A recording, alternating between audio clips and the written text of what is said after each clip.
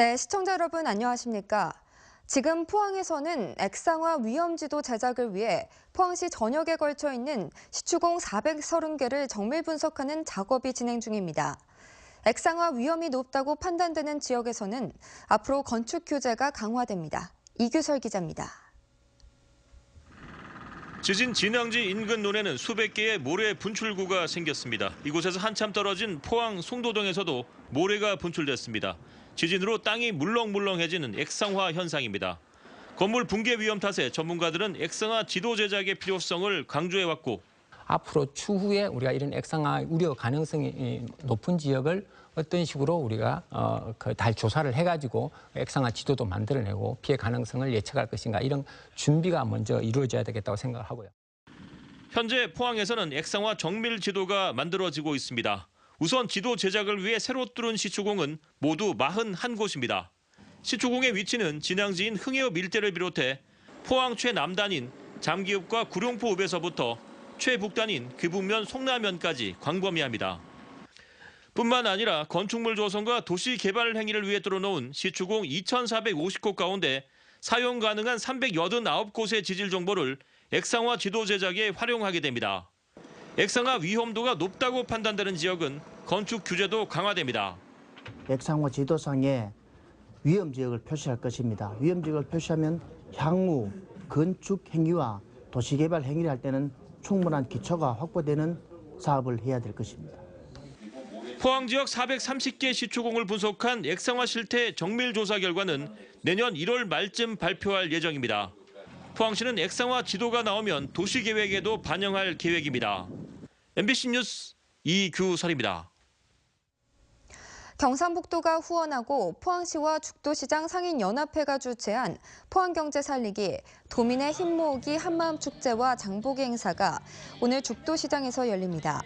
죽도시장 복개천에서 열리는 한마음축제는 상인 노래 자랑과 과메기와 수산물 즉석 경매, 축하 공연 순으로 진행됩니다.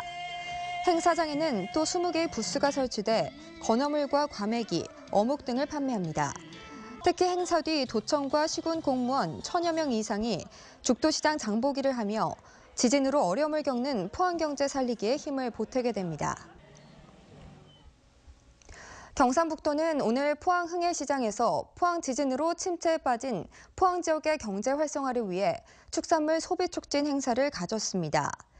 오늘 행사는 포항축협, 대구경북 양동농협, 대한양계협회 대구경북도 지회와 함께 지진 피해가 가장 큰 흥해시장에서 열렸습니다. 포항 시민과 방문객 등을 대상으로 포항 지역에서 생산된 한우와 한돈, 닭고기, 계란 등의 축산물 무료 시식회와 홍보물 배부, 나눔 행사 등으로 진행됐습니다. 포항시는 오늘 흥해읍 사무소에서 지진으로 피해를 입은 건물의 신축 또는 재축을 희망하는 이재민을 대상으로 합동 설명회를 개최합니다. 이번 설명회는 대한건축사협회 포항지역 건축사회와 우리은행의 도움을 받아 신축, 재축 관련 절차와 대출 방법 등을 안내합니다. 포항시는 포항지역 건축사회의 협조를 받아 설계에서 준공, 신고 허가까지 지원하고 우리은행을 통해 전파 6천만 원, 반파 3천만 원까지 대출을 받을 수 있습니다. 경상북도는 오늘 포항 필로스 호텔에서 지진 및 재난 어떻게 대응할 것인가라는 주제로 안전경북 365 백인 포럼 성과 보고회를 개최했습니다.